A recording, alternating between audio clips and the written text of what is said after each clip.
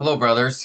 Just in thinking about our schedule, I realized that some of you had next week, well, all of us, next week's going to be a busy week, but I know some of you it was going to be a challenge to attend our session together on Tuesday. So I thought the easiest thing to do would be I'll just record the notes for that session. I'm recording it right now so that you can go through the rest of the assignment. I'm going to just review the rest of the assignment, go through it with you by recording, and then I figured this way you could watch it at your convenience. And so I thought just it would be better so we wouldn't have to meet face to face next week. So with that, let me just jump right in. And if you'll remember that our focus last time we met was on doing the review necessary for assignment 4.12. Again, this will be the second part of that. 4.12 is the prophetic analysis of the passage. The first three steps, we're looking at the book as a whole. This step will be focusing our attention on the passage. And so with that, we started doing the prophetic analysis. As I noted here, here's the assignments. I could even, I guess, put in the sessions that we did together. We reviewed assignment 4.9 for session 4.3, and then we reviewed the next assignment on the background context in session 4.4, and then the next assignment on the contextual flow, assignment 4.11. We looked at that in session 4.4, and then now the next assignment 4.12, we looked at that one last week in session 4.5, and then in this session as well. And so I wanted to finish that discussion, go through the rest of the prophetic analysis using an example from Obadiah, and then take a look at the assignment 4.12 itself and just show you what's on that. So you can hopefully it will answer any questions that you have, and you can be prepared to be able to complete that assignment. So the steps for prophetic analysis, and I spent a little bit of detail on this in the last session, so you can go back to that if you need to review that, but was first to read and observe the passage, then secondly, to perform the narrative or poetic analysis where applicable, then identify the nature, the time frame of the passage, then identify the type of prophetic genre, then what appears to be symbolic language in the passage, and then indicate how the passage fits in the author's flow of thought. And then finally, is it cited or alluded to anywhere else in Scripture? So those are the 7 parts to the prophetic analysis. And last session we went through that on the example for Obadiah 15. We went through the first step and part of the second. So first, let me just read. We're going to focus our attention for the prophetic passage analysis on Obadiah verses 15 to 21. So let me just read that again to you, and then we'll go through the remaining steps. So this is again in the toward the end of Obadiah's prophecy, verse 15. For the day of the Lord draws near on all the nations. As you have done, it will be done to you. Your dealings will return on your own head. All the nations will drink continually. They will drink and swallow and become as if they had never existed. But on Mount Zion there will be those who escape, and it will be holy. And the house of Jacob will possess their possessions. Then the house of Jacob will be a fire, and the house of Joseph a flame. The house of Esau will be a stubble, and they will set them on fire and consume them, so that there will be no survivor in the house of Esau. And those of the Shephelah, the Philistine plain, also possess the territory of Ephraim and the territory of Samaria, and Benjamin will possess Gilead, and the exiles of this host of the sons of Israel, who are among the Canaanites, as far as Zarephath, and the exiles of Jerusalem, who are in Sepharad, will possess the cities of the Negev. The deliverers will ascend Mount Zion to judge the mountain of Esau, and the kingdom will be the Lord's. Okay, so again, last week we carried out the first step of this, which was read and observe the passage. And we went through it together, made observations. And then the second step was to perform the narrative or poetic analysis where applicable. And what that was to examine the passage and to see what type of genre is being used here. Obviously, we see elements of the poetic genre, not really any narrative elements. This is one sermon, Obadiah is, and this is part of that sermon. And so it is a sermon, so it is didactic, it's direct, it's instructional. Therefore, it will be in the form of paragraphs, but it is also poetic, and it uses poetic language. And so, knowing that, we need to first perform a poetic analysis or some parts of it that we learned from the last module. If you remember, poetic analysis involves looking at the imagery, looking at the parallelism, looking at the poetic devices, the figures of speech, and the other poetic devices. And so we want to do that for this particular section because it is using poetic language, and that poetic analysis will help us to see more, gain more insights as we look at the passage. Okay, so last week, we did looked at the imagery. We also looked at the parallelism. And now where we left off was the poetic devices that are used. And again, remember, there are two categories of poetic devices we've considered. One is the figures of speech, the figurative language.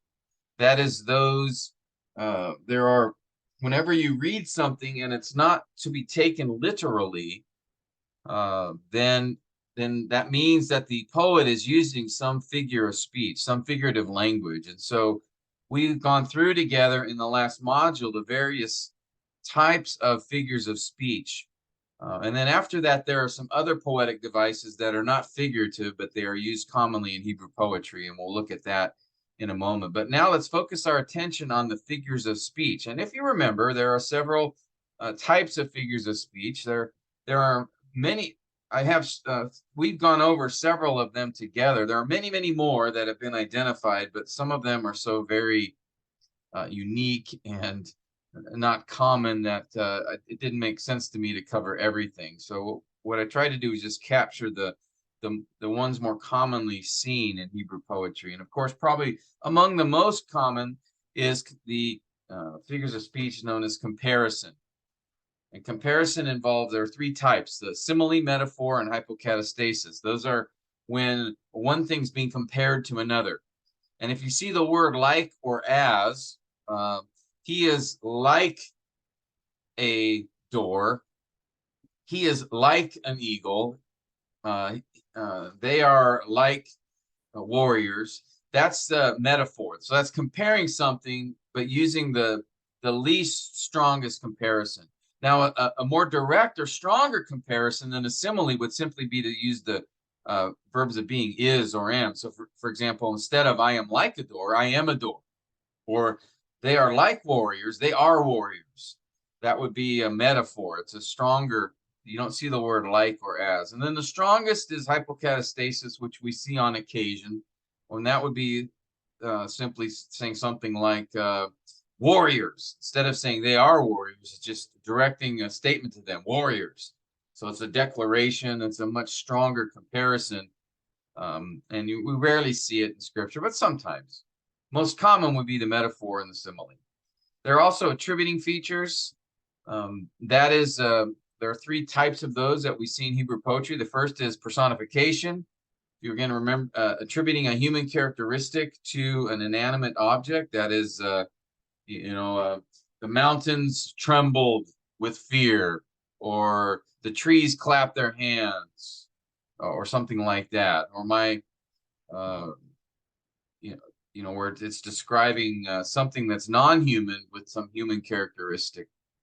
Anthropomorphism is similar. It's attributing a human characteristic, but not just to anything, but specifically to God. So an anthropomorphism would be saying, God, the arms of the Lord, or the hand of God, or the voice of the Lord, something that human beings have. Of course, God does not have flesh like we do. God is spirit. And so it would be an anthropomorphism meaning something, a human characteristic attributed to God. Now, a zoomorphism would be an animal characteristic being attributed to God, right? The claws of the Lord or the wings of God or something like that. That would be, again, a figure of speech. It's not literal, but it's attributing a human or animal characteristic to God. So those are attributing features. Another major category is substitution. There are several kinds of substitution. That is where a metonymy is one thing representing another. You know, if we talked about you know the sword conquered the army. Well, the sword didn't conquer the army. It was the weapons of another army that conquered the army. But metonymy would be that the sword is sort of replacing or representing that army. A synecdoche is part of something that represents the whole. So if we were to say, um, uh, the arm of the Lord brought about a victory. Well, that would be two actually figures of speech. One is the arm of the Lord. He doesn't have an arm, and the second would be wouldn't be just his arm, but right the whole being of God, destroying the army, and the arm just being one part. So again, that would be an example of two things, two figures of speech being used at the same time. Euphemism is a word or phrase that's used in place of another that might be considered blunt or offensive or rude. So, for example, the term, you wouldn't say that they had intercourse with one another, but that she knew him, like it says that Adam knew his wife Eve. Uh, that's a euphemism that's describing, instead of stating directly that they had sexual intercourse, that it was the idea of it's a softer way to say it. So that would be called euphemism. Idiom is an expression that the words used don't mean at all what their definitions would be, but it refers to something else. If you'd say something to the effect of be a good one. An app. Oh, I'm blanking out right now. What would be a common idiom? The cat's out of the bag would be one, where a secret got out. That's what it refers to. That's one used in English. And so it would be just, again, some statement that is made that the words in the statements together have a meaning, but it's not the meaning that each word would be in the definition. So we see a lot of idioms in the lick the dust off of their feet, or would be an idiom for being humbled. So we'll see that as well. Hyperbole is another form of figure of speech that's an exaggeration used for emphasis. I wept day and night.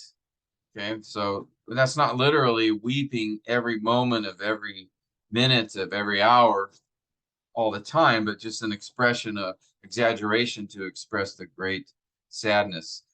Irony, that's where the author means something that's different or opposite to what he says. Like when God tells Job, and when he confronts him and he says, talks about creation and says, when he made things and he told Job, you would know, right? Because you were there. Well, that's irony. Job wasn't there at creation, but God was using it to point out Job is not, needs to be humble before the Lord. Wordplay is the use of words that sound or look similar to each other. And then finally, a merism communicates the idea of totality using two usually contrasting words, day and night. From as far as the east is from the west, something along those lines. From the rising of the sun to its setting, the heavens and the earth. Those would be examples of merism. All right. So that said, let's do this. I'm gonna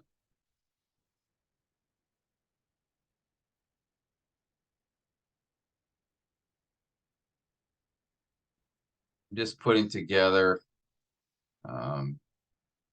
combining these. Let me see if I can show them on one page.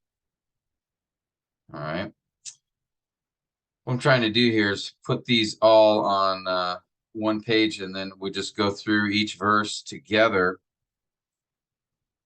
and see if we can identify if any figure of speech is being used, and if so, what that is. So hopefully I can fit these all on that page. Okay. Let's try this. All right. There we go. So hopefully those are clear here.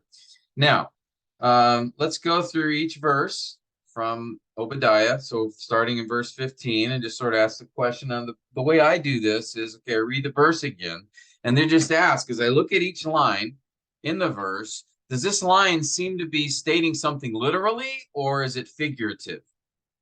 And if it's figurative, then I look for, okay, what kind of figure of speech, what kind of figurative language is being used for that. So that's kind of my approach, the procedure I use here. Okay, so for example, for the day of the Lord draws near on all the nations. Well, that I think would be I think that's a literal statement that he is describing that the day of the Lord is indeed coming upon the nations. So I would take that as literal. How about the next one? As you have done, it will be done to you. Again, I think a literal statement. Just like you did this, it's going to happen to you. Your dealings will return on your own head. Okay, here now I think we're having this is figurative language, because he's not saying that they're literally going to come on their head. There's literal heads. For one, Edom doesn't have a head. Edom is a nation.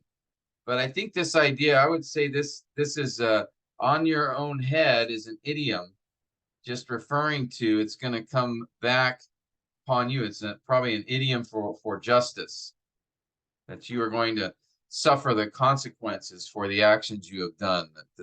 That something along those lines. So something's not going to literally land on their head, but it's an expression that just means what you did. There are going to be consequences that come back on you. All right. So I think that's the only figure of speech that I see here in verse 15. Now, verse 16. Just as you drank on my holy mountain, so just as you drank on my holy mountain. Now that could be literal. It could be that he's describing a scene where they are having a celebration, and drink was often commonly done. So that could be literal, actually. It could also refer to if drank has this idea of violence, that they committed violence on his holy mountain. But because notice in the next line, all the nations will drink continually. Again, I think that is not a literal there, that they speaking figuratively, that in a sense all the nations will drink continually. They will drink and swallow and become as if they never existed. So I think here we might see this is an idiom for judgment. They're drinking the cup, if you will, of God's wrath, right? We hear of that in other passages, right? Remember, even Jesus talked about drinking a cup. But it wasn't, it was God's wrath that he was going to take upon himself. In the garden, he talked about that. So possibly it could be an idiom for judgment, whereas the drink in the first line could be an idiom for violence, or it could be you're really referring to their celebration. Have to take more study probably to figure that out. But that idea of drinking, I think, is then used in the second line to talk about, you drank in celebration on the holy mountain, therefore the nations will drink continually. And this idea of judgment, because remember, the nations who attacked Jerusalem, as he described earlier in the book of Obadiah, that they will suffer judgment, as will Edom. So I think, again, just this is they will drink and swallow, idiom for full judgment. They will drink a lot, is the idea. So they will suffer a great judgment. Maybe I should put that full or great judgment, and become as they never existed, as if they had never existed, which I would say that's a literal statement there. He's just saying they're going to be perish. Okay, another way to say that. That's how I would see this particular verse. Okay, now going forward, looking at the next verse, verse 17. But on Mount Zion, there will be those who escape. That seems to be literal. There will be some who will escape, and Mount Zion, will be holy. Again, literal. And the house of Jacob will possess their possessions. Now, what does that sound like? Possess their possessions. I think that might be an example of an wordplay. Will possess their possessions. At least it sounds that way in the English translation.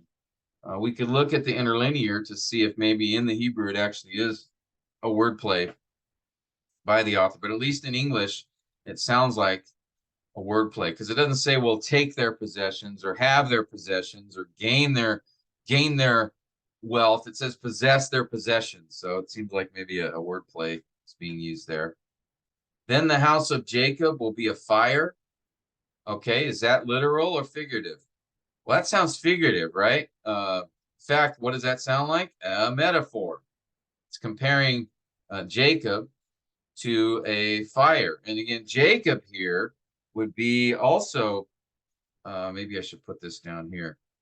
Jacob would be an example of synecdoche here, where a part which refers to the whole. So Jacob was just one person, the father of Israel, but now he's representing and refers to Israel. So we could call that a synecdoche.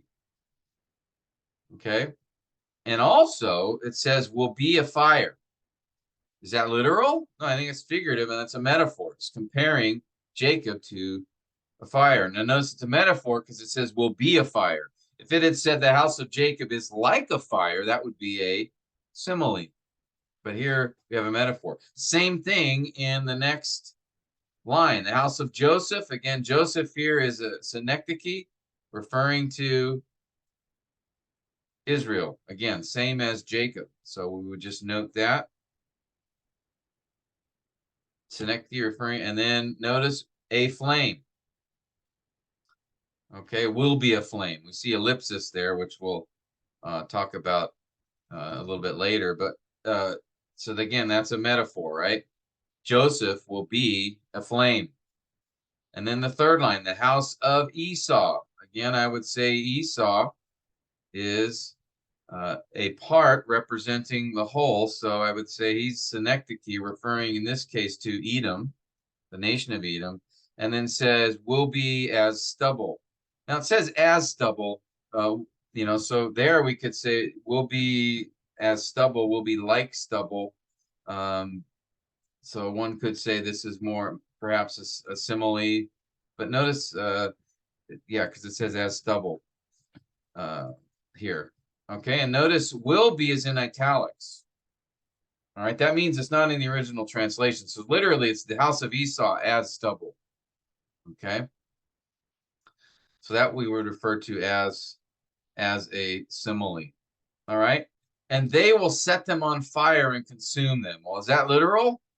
Is he saying that Jacob and Joseph, that the people of Israel will literally set the people of Edom on fire? I think that's really more probably like an idiom or an expression of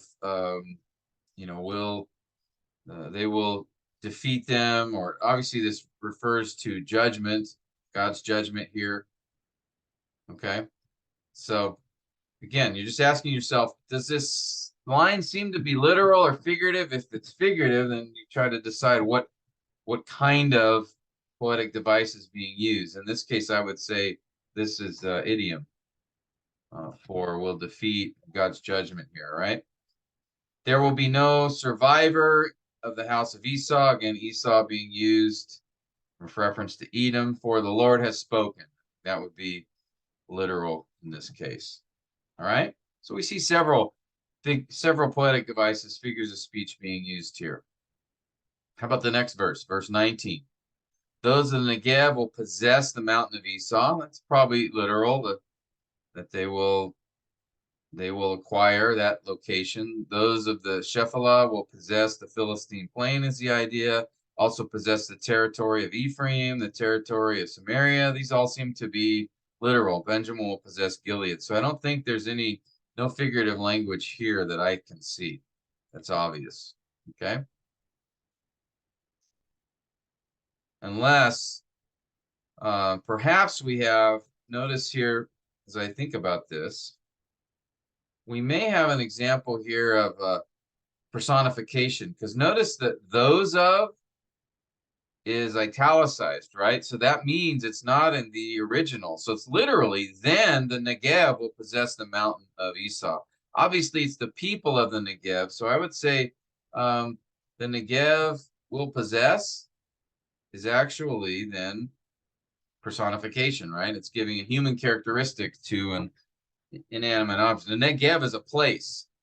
Now, the translators, they added those of because they recognized, obviously, a place can't possess something, but people can.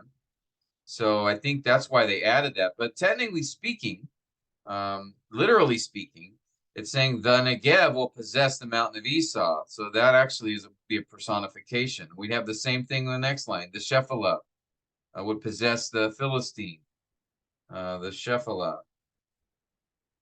And notice will possess is not there. There's an ellipsis here, which we'll note that a little bit later. But I think the same idea is implied, right? So again, a personification. All right. And Benjamin will possess Gilead. All right. And notice here also, again, the will possess in that third line is in italics. You see that? And so there we can see that in this case, the translation added that. They recognized the ellipsis and they went ahead and put it in for us, but it's not there in the original text, but the idea is. All right. And so again, we would see this as personification. Okay.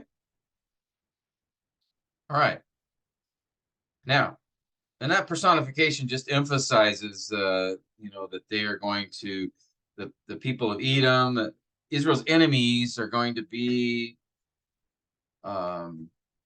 dealt with. So the people of Israel will repossess the land that God had promised them.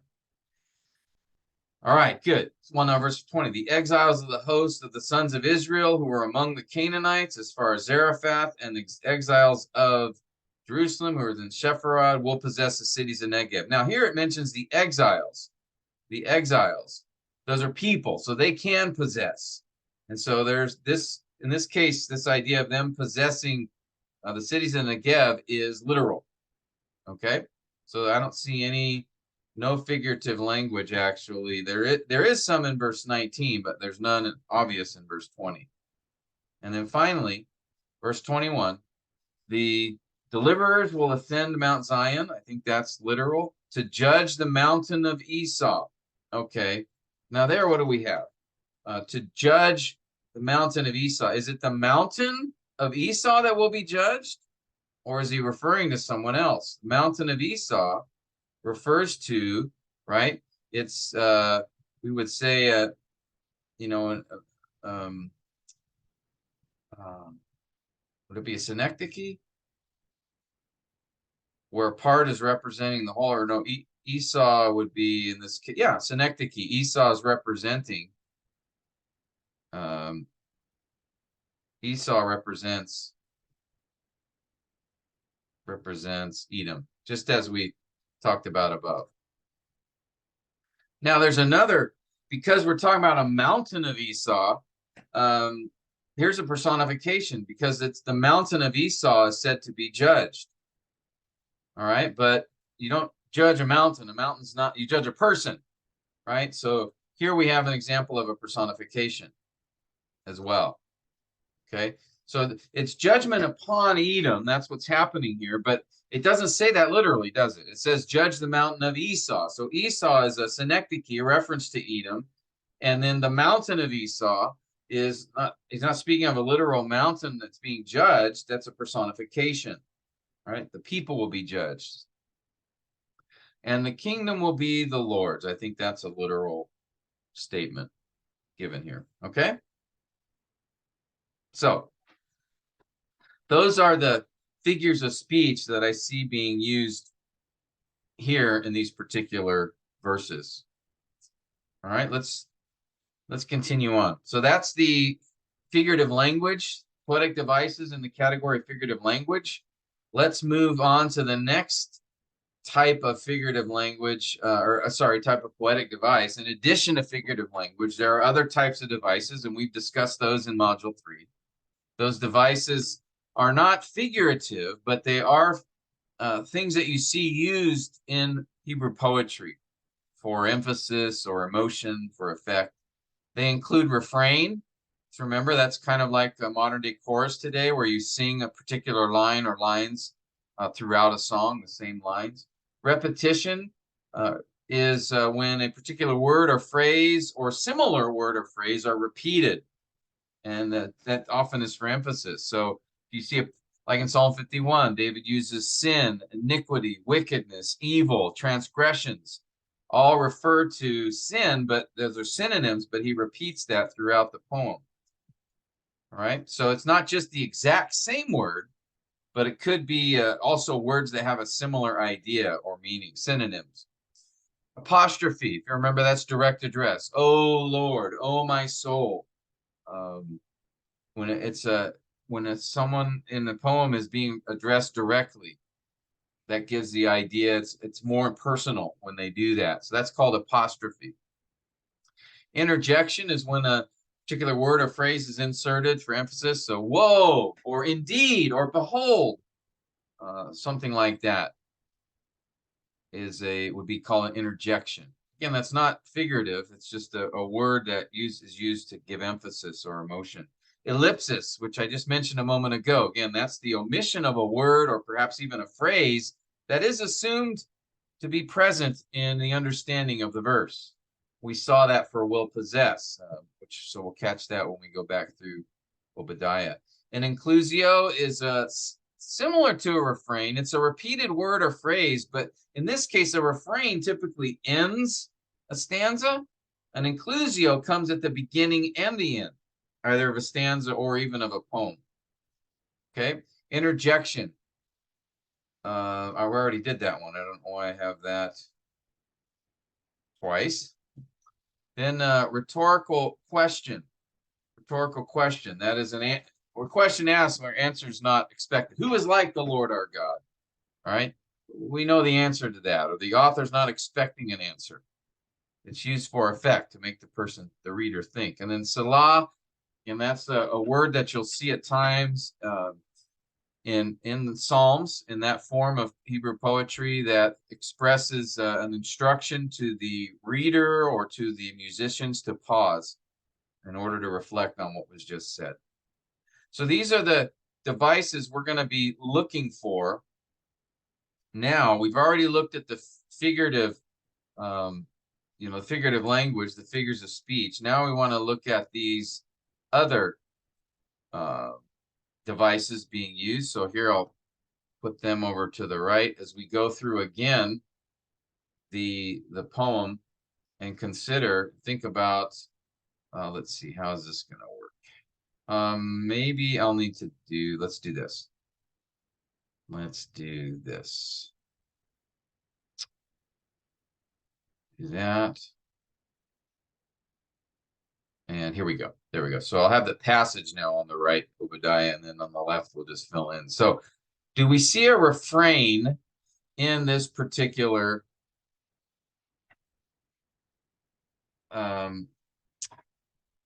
section of the poem? I don't really see one here. Now, if you were to go back, if we were to go back and take a look at, say, the earlier verses, we might say that perhaps, in verses 12 to 14, right? We see in the day of, and the day of, and the day of. I don't know if that'd be a refrain as much as repetition. Probably repetition would be more along those lines. But as far as verses 15 to 21, there's no there's no refrain here that is seen. None. So I would say none is evident. Okay. Repetition. Repetition. What do we see here? A few things, right?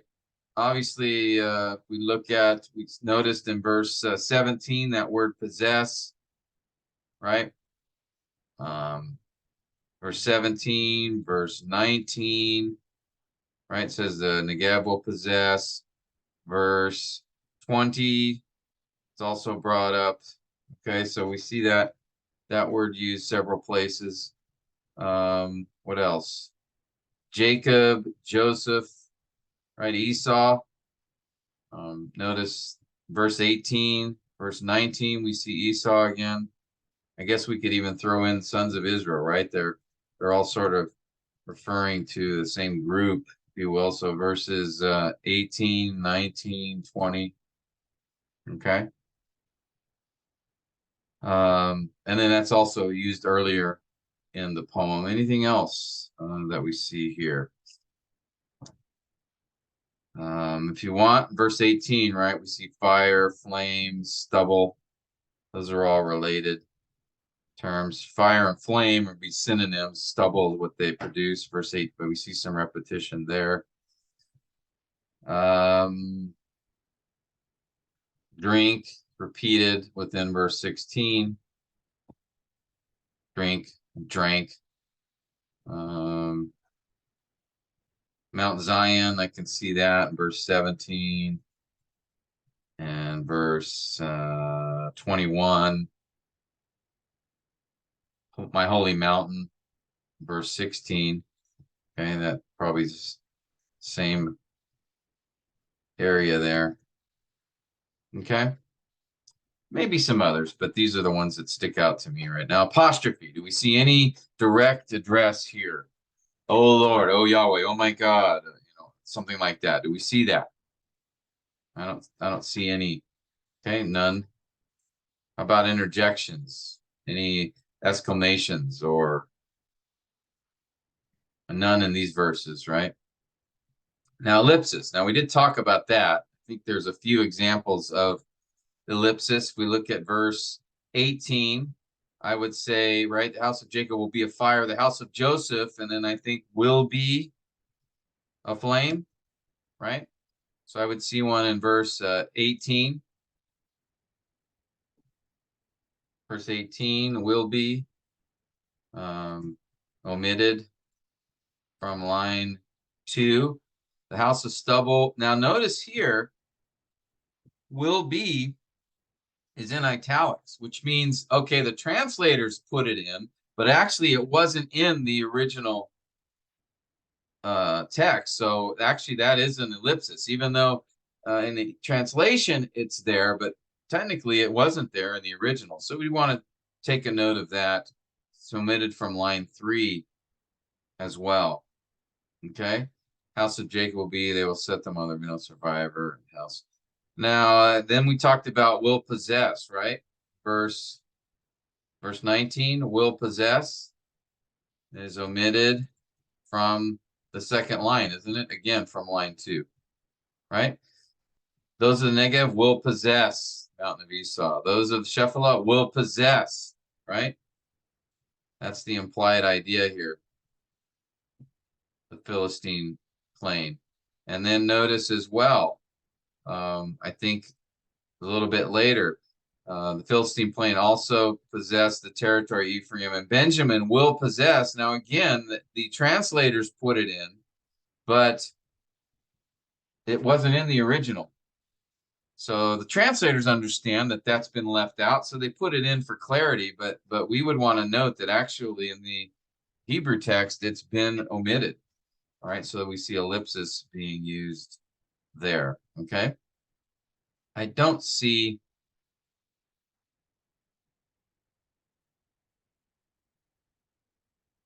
any others offhand. Inclusio, none in these verses.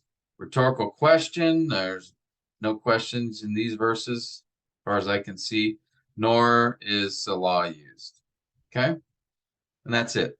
All right, so for the poetic devices, that's what we have. We have these figures of speech that we noted in the previous verses here. I just summarized them here.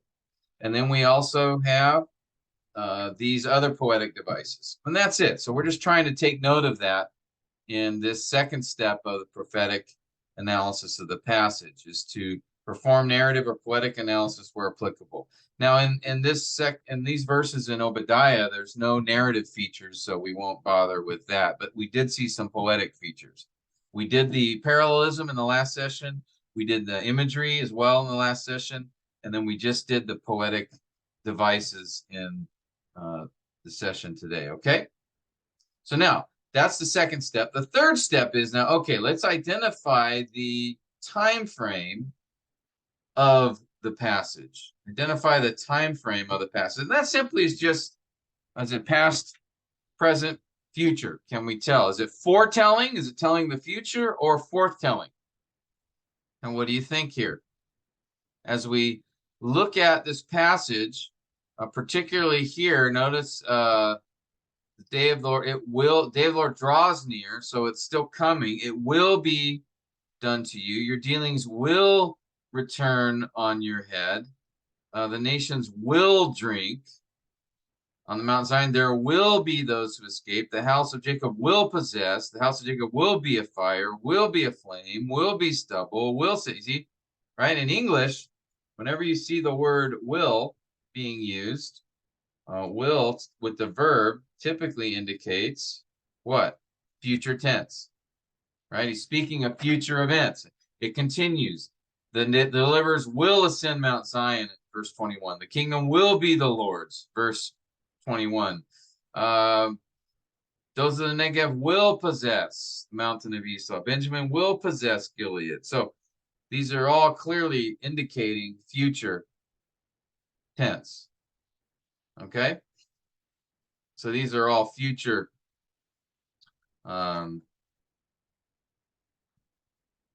it's all speaking of the future. Okay? Now, if we notice, if we go and look at the whole poem, so that's just for our section, and that's all we need to do here, passing out. But notice, actually, if we look at it, there is a change in the tense. Verses 1 to 9, notice, seems to be referring to the future, right? All the men allied with you will send you forth, will deceive you, will set an ambush. Then God says, will I not on that day? So I think verses 1 to 9, speaking in past, using the past tense, verses 12 to 14, or sorry, 10 to 14. So, sorry, guys. Let me start over. Verses 1 to 9 is future. Oh, how you will be ruined. How Esau will be ransacked. All the men allied with you will send. So I'm sorry. I meant to say future tense. But then in verses 10 to 14 seems to refer to the past. There is a statement in the beginning, you will be covered, you will be cut off.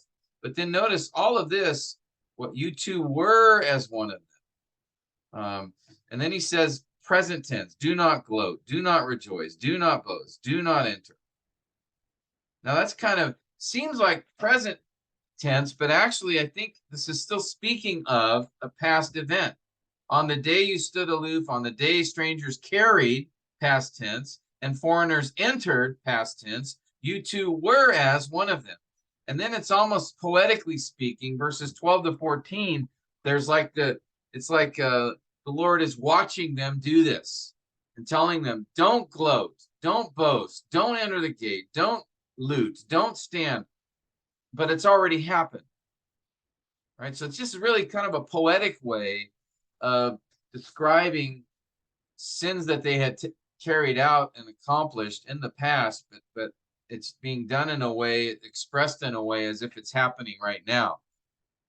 But it's like kind of, how can I express it? You know, like if you're watching a movie or watching a video of something that happened. Let's say you're watching a video of some guy who's walking on the, and he's getting ready to cross the street, and you see a car coming, and and then this has already happened, right? It's recorded, it's video. And then as you're watching the video, you say, don't stop, don't go forward, don't keep walking, stop right there, right? You're using present tense because you're concerned about this guy, but it's already happened. And it's just you're observing the event taking place. And so you're speaking as if it were happening at that moment. All right. That's kind of the idea here, that these events have already happened, but this is a poetic way to sort of emphasize the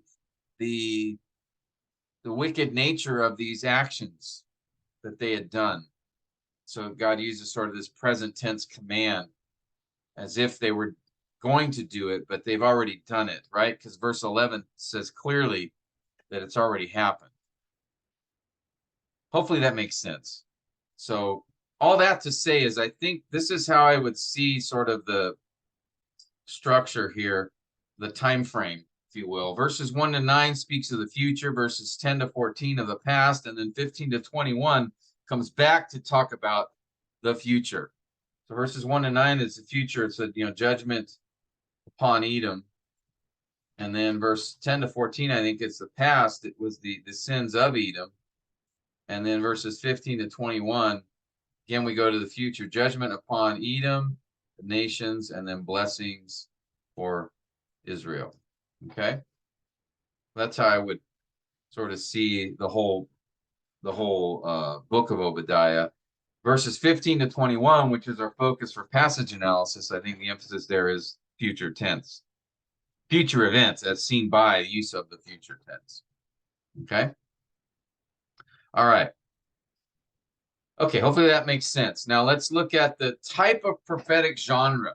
Type of genre. That is, remember there are three types that we discussed in class: the judgment oracle, salvation oracle, and the apocalyptic genre. And the judgment oracle is simply that, right? Declaration of judgment. The salvation oracle is a declaration of deliverance, restoration, promised blessing, salvation, those kinds of things. And then apocalyptic genre is a form of judgment where it's, instead of an oracle, a direct declaration, it is this description of these fanciful events or creatures or worldwide destruction, or just very vivid, imaginary kind of pictures that are given, otherworldly things. So that would be an example of apocalyptic. So as we look at Obadiah, this is how I would see the book as a whole. Really, verses 1 to 16 are focused on judgment, the judgment oracle against Edom. There's no good news anywhere in here, right? It's all judgment declared upon specifically Edom. We would also see the nations in verse 15. So, I mean, we could add in the nations, verse 15. We want to be specific. And then notice verses 17 and 21. But on Mount Zion will be those who escape. And then it speaks of the blessings that the people of Israel will then repossess the land, and kingdom will be the Lord. So Israel will be restored. So that would be more of a salvation oracle for Israel. Okay, as I note over here. So verse 1 to 16, the focus is judgment. Verse 17 to 21, salvation. Now, even in this salvation oracle, we see a statement of judgment, right? The house of Esau will be stubble, they will be set on fire.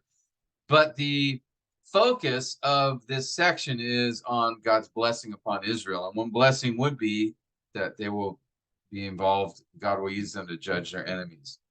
Okay, so sometimes you see that. You'll see at times in a salvation oracle, there may be some statements of judgment, or even in a judgment oracle, there might be a statement or two of deliverance in the midst of that judgment oracle. But what you want to do is just look at the section as a whole. What's the focus?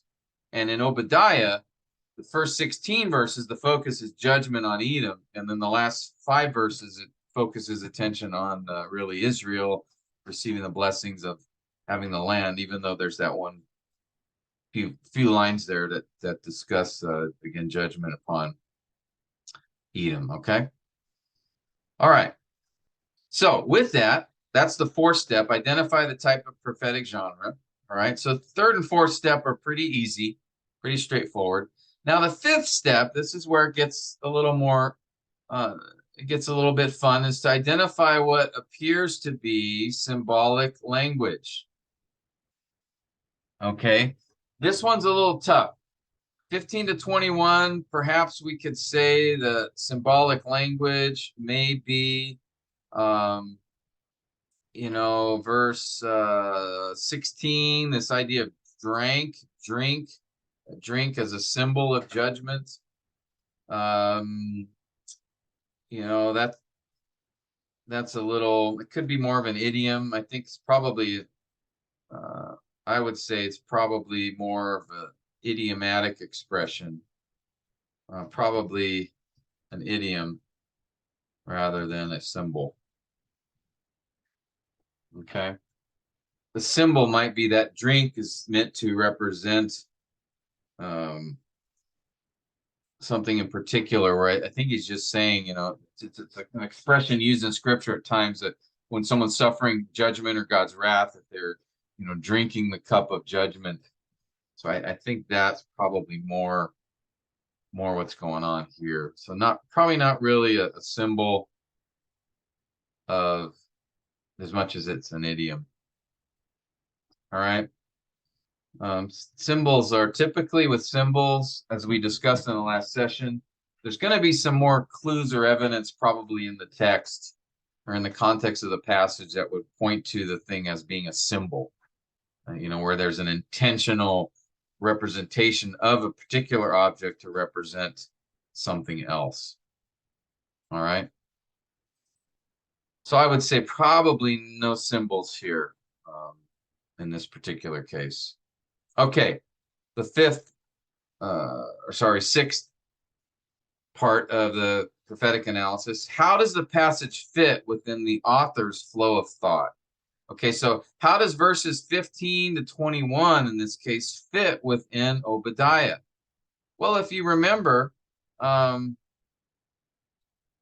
if we look at there's kind of looks like three sections in the book, and we just talked about remember verses 1 to 9 is focused on the future, verses 10 to 14 on the past, verses 15 to 21 on the future again.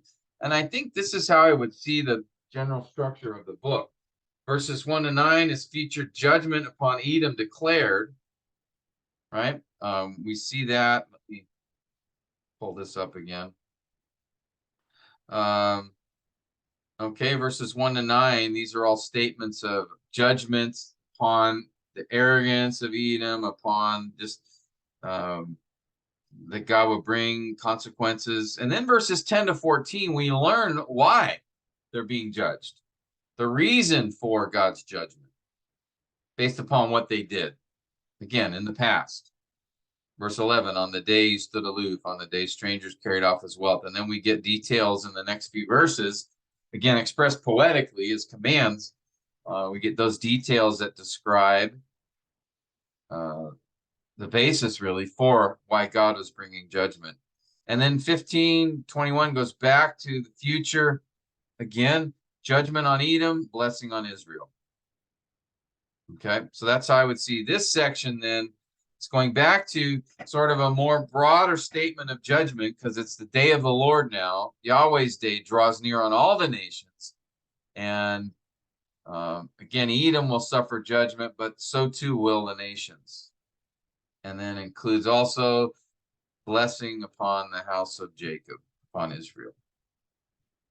So that's how I would see that connection. So it's just a simple statement of how your passage that you're studying connects to the ones around it. And there's nothing after verse 21, so there's nothing it connects to after. And then finally, and sometimes this can be one of the more challenging parts of the passage prophetic analysis, is the passage cited or alluded to anywhere else in Scripture? And what I would do for this particular step is, because it's hard to think about every verse in the Bible, right? Think, oh, where does this appear? What I would suggest is, using a concordance can be helpful. Let me pull up the treasury scripture knowledge. I like this one because it's not a strict concordance. It's more of like R.A. Torrey, who put this together, was identifying, links, passages that he felt were linked, either a verse or verses that were either directly quoted or perhaps referring to something similar. And so, for example, then I would go to Obadiah and just kind of look up each verse that I'm examining, and then look at, so the day of the Lord. So here's a bunch of references to the day of the Lord. And I would look through them to see, are any of these like clearly a direct quote from Obadiah, or a alluding to what Obadiah said, or is it simply just a similar topic? So for example, you might look at Micah 5:15. What did that say? I will execute judgment, vengeance, and anger and fury upon the heathens, such as they have not heard. So that just sounds like a general statement of judgment in the day of the Lord. Exodus 30, the day is near, the day of the Lord shall be the time. So I would just go through these verses and just see, do any of them mention that? Another thing you could do is, I think there's a site, New Testament, let me just look it up, quotations of the Old Testament. Now I have a book in my library here. I think I've got it.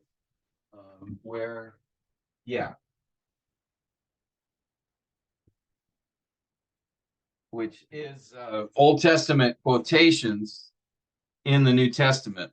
So there is a book. Gleason Archer is the one who put this together. I also have oh, that's something else. So this actually goes through and indicates, it looks at all the passages. You probably can't see this, but looks at all the passages and indicates if there's a New Testament reference. So if I go to Obadiah, there's Deuteronomy, Psalms, Isaiah. For example, like Isaiah 40, there's Isaiah 40 here. I'm sure you can't see this very well, but Isaiah 40, and then over here are New Testament references to that passage. So let me just see if Obadiah shows up in here. Daniel, Hosea, Amos,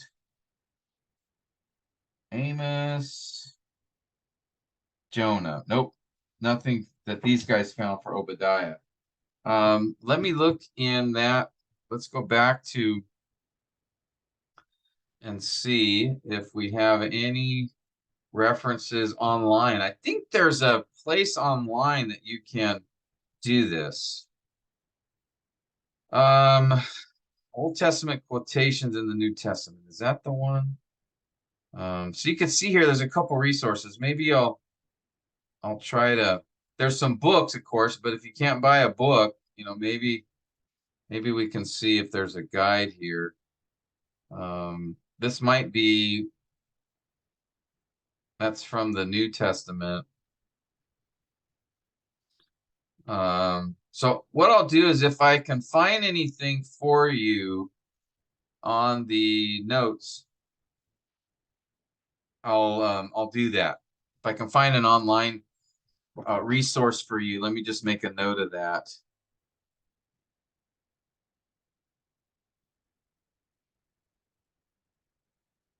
And I'll just note that for you, because I think there's a couple places that can be helpful, so that you can just look up your passage and see if there's any reference to it in the New Testament. That would be a little bit shorter than going through a concordance or the treasury scripture knowledge and looking up every passage there. So in the case of Obadiah, though, based on my previous study from this book and a couple other resources, that there doesn't appear to be any direct references to or allusions to Obadiah in other books of Scripture. No clear quotes either in the New Testament or in the Old Testament for that. Now, some have asked, well, another thing you want to do is, okay, since we're speaking in our passage, we're looking at future events. So we do want to ask the question, have those future events been fulfilled? Have they taken place yet? So like if you're studying Micah 5:2, right, which talks about, as for you, Bethlehem Ephrathah, right? You guys know this passage. If we were looking at, say, Micah 5, if that was our passage we were studying, as for you, Bethlehem Ephrathah, too little to be among the clans of Judah, from you one will go forth for me. So that passage, if you're studying that clearly, that is referenced in the New Testament, and it's been fulfilled in the New Testament, right? If we go to, is it Matthew chapter 2, right? And Herod, when the Magi came to him, and then the scribes answered Herod when they were asked where the Messiah would be born, in Bethlehem, for this is what is written by the prophet. Here's the quote. So this has been fulfilled. So if you were studying Micah chapter 5, then you would note, this passage is cited in the New Testament in Matthew chapter 2, and it has been fulfilled. So then the question is, okay, what about this statement of judgment upon Edom? Has it been fulfilled? We could look at two parts of this. One is the day of the Lord draws near on Edom and all the nations. Now, the day of the Lord has not happened yet on all the nations, has it? That's at the end. So that particular statement has yet to be fulfilled. But what about Edom? Has the judgment that's been declared on Edom in this book, has it been fulfilled?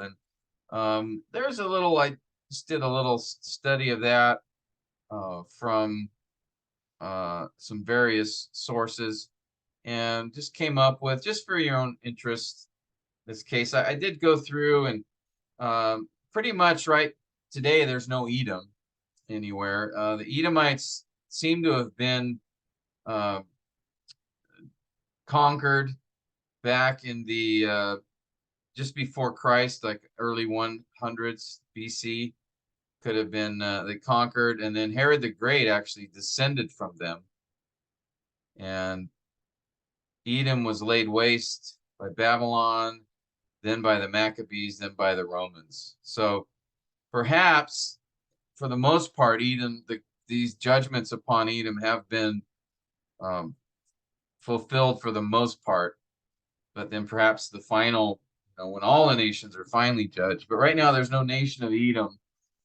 It's really hard to find any descendants at this point, since by the time Rome destroyed Jerusalem and that region, the Idumeans, who were from the Edomites, were essentially gone. So, but that's just more looking at extra biblical evidence than anything else.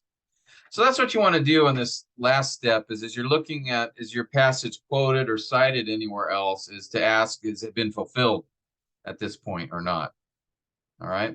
And then that would be, so it's those 7 parts that make up the prophetic analysis for your passage: to read and observe the text, to read and make observations, and then to perform narrative or poetic analysis, depending on if your passage has narrative or poetic features. And again, if it has narrative features, just look to see, is a full story being told, or are just events being described in a narrative fashion? All right. Oftentimes it's just events being described, typically used as an illustration for a message that God has, like in the case of Hosea, or perhaps describing some historical event that sets up a particular sermon or declaration by the prophet. So except for the case of Jonah, which actually is a full story, so that's why you would go through the full narrative analysis for that. But others, you just need to use your judgment as to what kind of narrative features does it have, and therefore what should I pay attention to? Or that looks like dialogue here, so maybe noting important statements of the characters, or this looks like the narrator's making comments here, so pointing out important comments that are made by him. So just doing that, and then of course if there's poetic features, doing what we just did, going through that. And then the next step would be identify the time frame of the passage. Is it speaking of the past, the present, or the future? And then the type of prophetic genre be the next thing to look for. Judgment, salvation, apocalyptic. And then identify what appears to be symbolic language, any symbols that are used in the text. And then, again, you'll get clues in the context typically for that. Then the sixth thing is identify how the passage fits in the author's flow of thought. So your section that you're studying, how does it connect to what came before? How does it connect to what came after? And then finally, is the passage quoted, alluded to elsewhere in Scripture? And actually, too, what you're going to find if you're studying Revelation, you'll see several references back to the Old Testament prophets. Or the Gospels, you'll often see, especially in Matthew, right, statements of fulfillment of particular prophecies that were given in the Old Testament. But you'll see also the book of Acts, there's several quotes, several references to the prophets as well. And even some references in the epistles. You'll see them here and there. Okay, well, that I think hopefully covers. Now, let me just go over the assignment quickly with you. Assignment. Where is it? Let's do this. There we go. Okay, so there it is. All right. Hopefully that you can see that. So here's assignment 4.12. Again, this is the prophetic analysis of the assigned Zechariah passage, and it follows the same format as the other assignments, and that is it gives you the specific instructions. So the first step, and then it just basically goes through, and each of the steps we covered here, including I left one out that I'll need to put in read and observe passage. Okay. Then it has each step as we've just discussed and went through together for an example. And in fact, I include that example. Here's the example of Obadiah.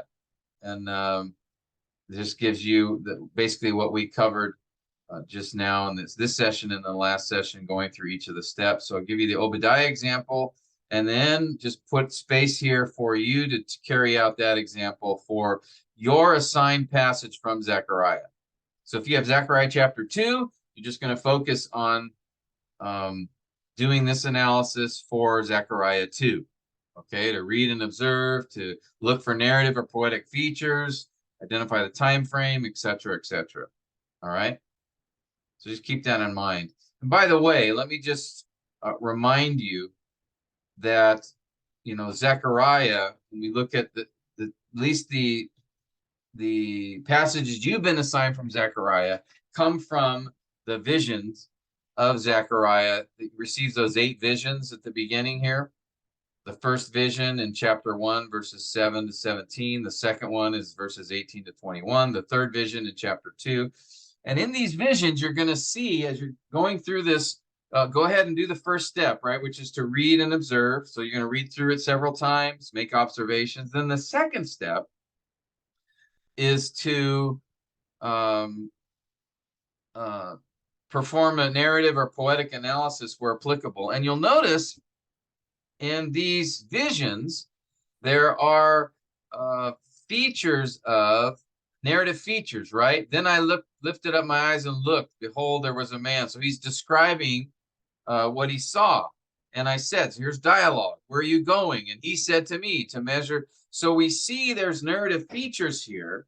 There's narrator statements. There's dialogue. There's events taking place. But this isn't a story, like with a plot. Okay, so you don't have to go through every feature. What you will need to do then is, as you look at the vision, you'll go, okay, we have some characters here. Who are they? Well, we have Zechariah, we have the angel here, and then you'll need to look through, is there anyone else? And then, okay, what are some key dialogue statements they make? So you'll go through and see if you can identify that. Are there scenes here? Is there more than one scene? I don't think there is for these, but there might be for one of the visions. I can't remember. So take a look, excuse me, at that, and then note, just note those what do we learn about the Lord here from them? And then secondly, so this is the nature of the vision. They'll have narrative features, but it's not a full story, so you don't need to do plot analysis and all that as well. Then you want to look, are there any poetic features here, perhaps in verse 10 through 13. It may have some poetic elements. O daughter of Zion.